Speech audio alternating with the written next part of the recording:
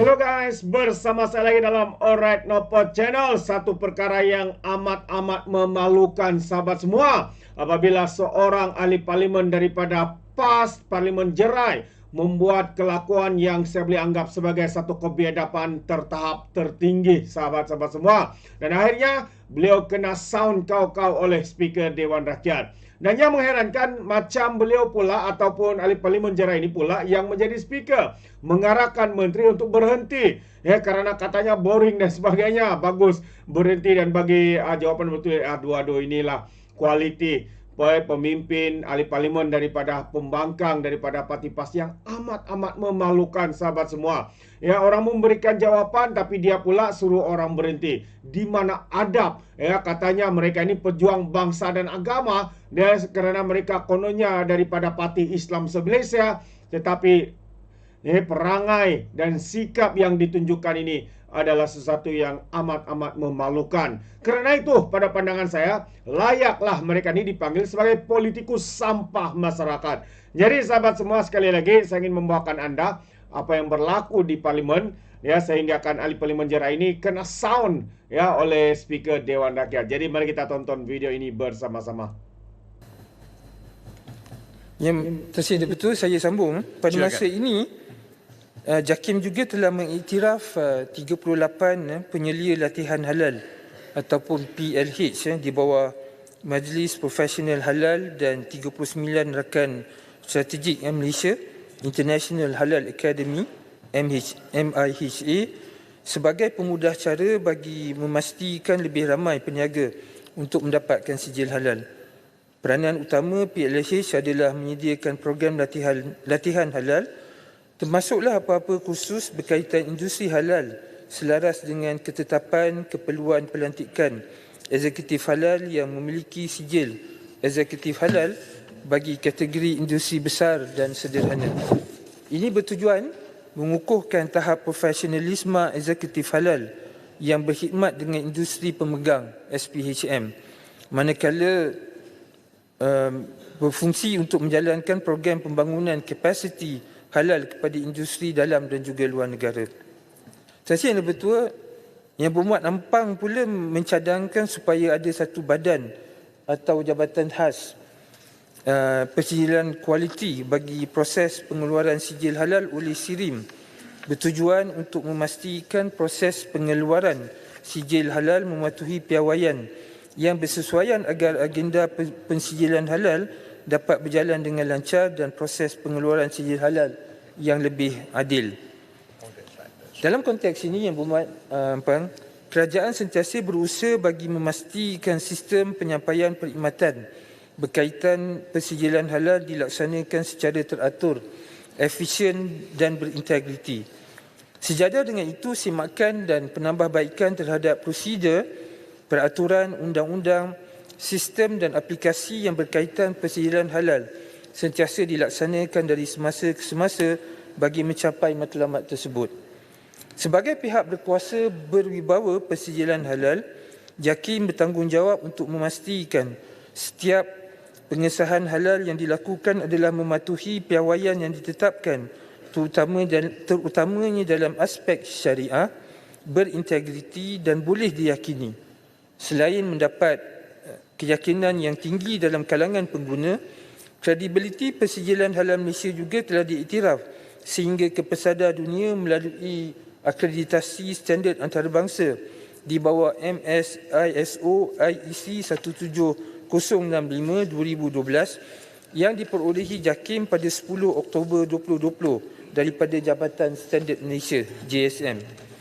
Sistem akreditasi JSM ini adalah mengikut standard antarabangsa ISO IEC 17011 bagi memastikan perkhidmatan akreditasi yang diberikan adalah berkecuali, tidak bersifat diskriminasi dan berwibawa.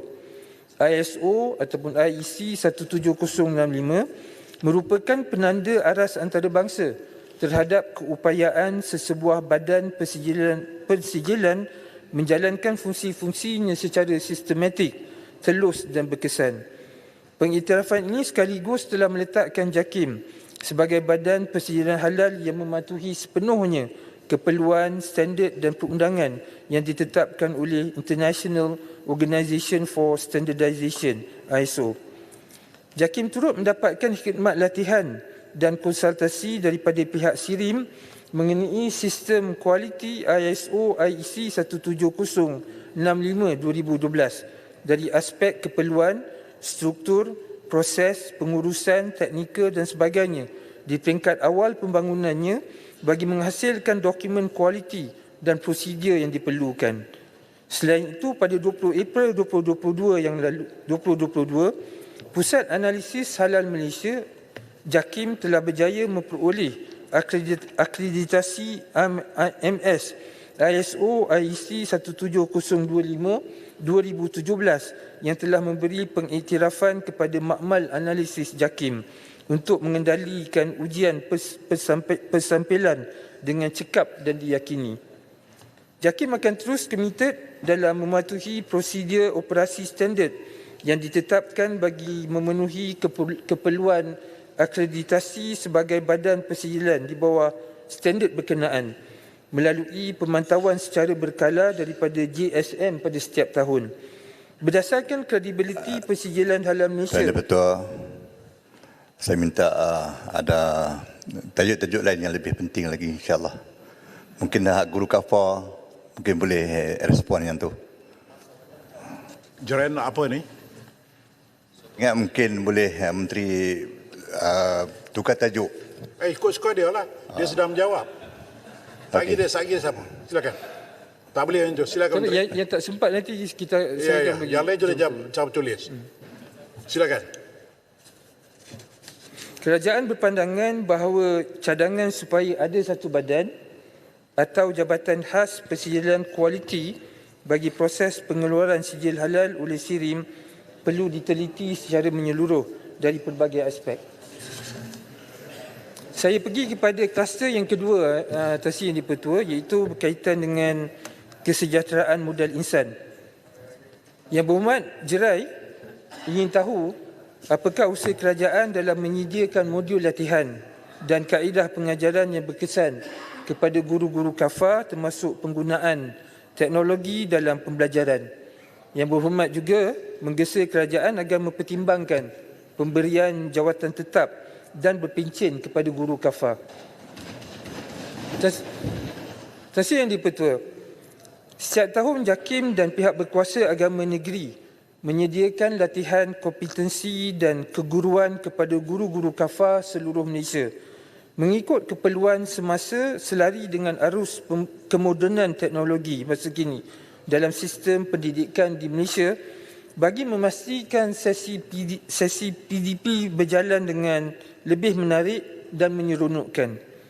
JAKIM juga turut menyediakan latihan menggunakan sistem Smart Murabbi yang boleh diakses setiap masa kepada guru kafar seluruh Malaysia. Kerajaan melalui JAKIM sentiasa berusaha memelihara dan meningkatkan kebajikan 35,000 guru kafar yang merupakan jentera utama pemerkasaan pembelajaran pendidikan Islam di negara ini. Dalam hubungan ini, JAKIM telah selesai melaksanakan sesi libat urus bersama agensi pelaksana kafar negeri dan Kementerian Pendidikan Malaysia KPM mulai tahun 2022 hingga 2024. 13 buah negeri telah bersetuju supaya jam dan hari bekerja guru kafar diselaraskan dan ditingkatkan demi mewujudkan penjawatan guru kafar.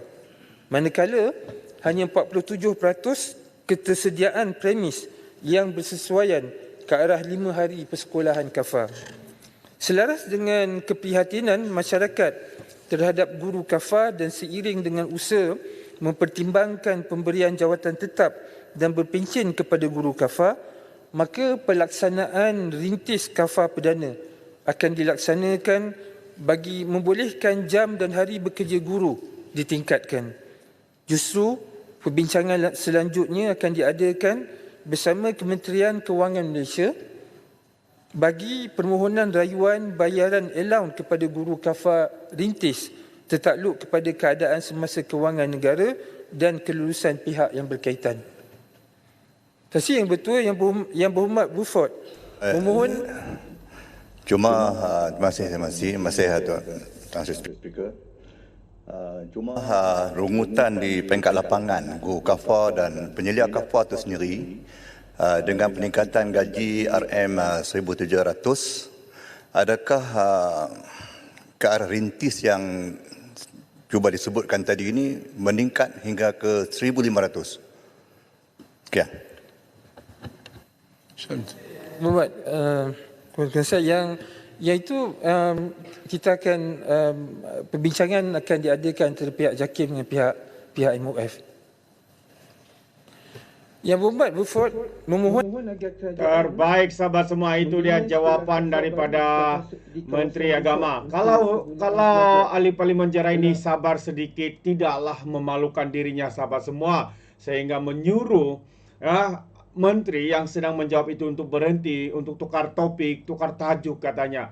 Sedangkan selepas itu barulah menteri ini menjawab persoalan berkaitan dengan kafar. Jadi ini sekali lagi sahabat semua menunjukkan betapa jumud, dangkal, bodoh, bangalnya ahli-ahli parlimen daripada PAS ini. Mereka tidak mempunyai rasa hormat kepada menteri yang sedang bercakap lalu disuruh berhenti, tukar tema, tukar tajuk dan sebagainya. Bagi saya sahabat semua, saya amat malu bagaimana dengan rakyat di Jerai yang memilih ahli parlimen seperti ini. Sesuatu yang amat memalukan. Bukan video ini ditonton oleh seluruh rakyat Malaysia, seluruh dunia, tetapi bersikap berperangai seperti politikus sampah masyarakat, satu yang amat memalukan. Itu pandangan saya. Bagaimana dengan Anda sahabat semua? Anda boleh berikan komen di dalam ruangan komen. Jadi terima kasih. Izinkan saya untuk mengundurkan diri dan seperti biasa peribahasa mengatakan tapapun kangkap, dua ton keinginan. Dalam bahasa Melayunya, tepuk dada, tanya selera. Sekian je daripada Alright No Channel. Kita berjumpa lagi. Bye-bye.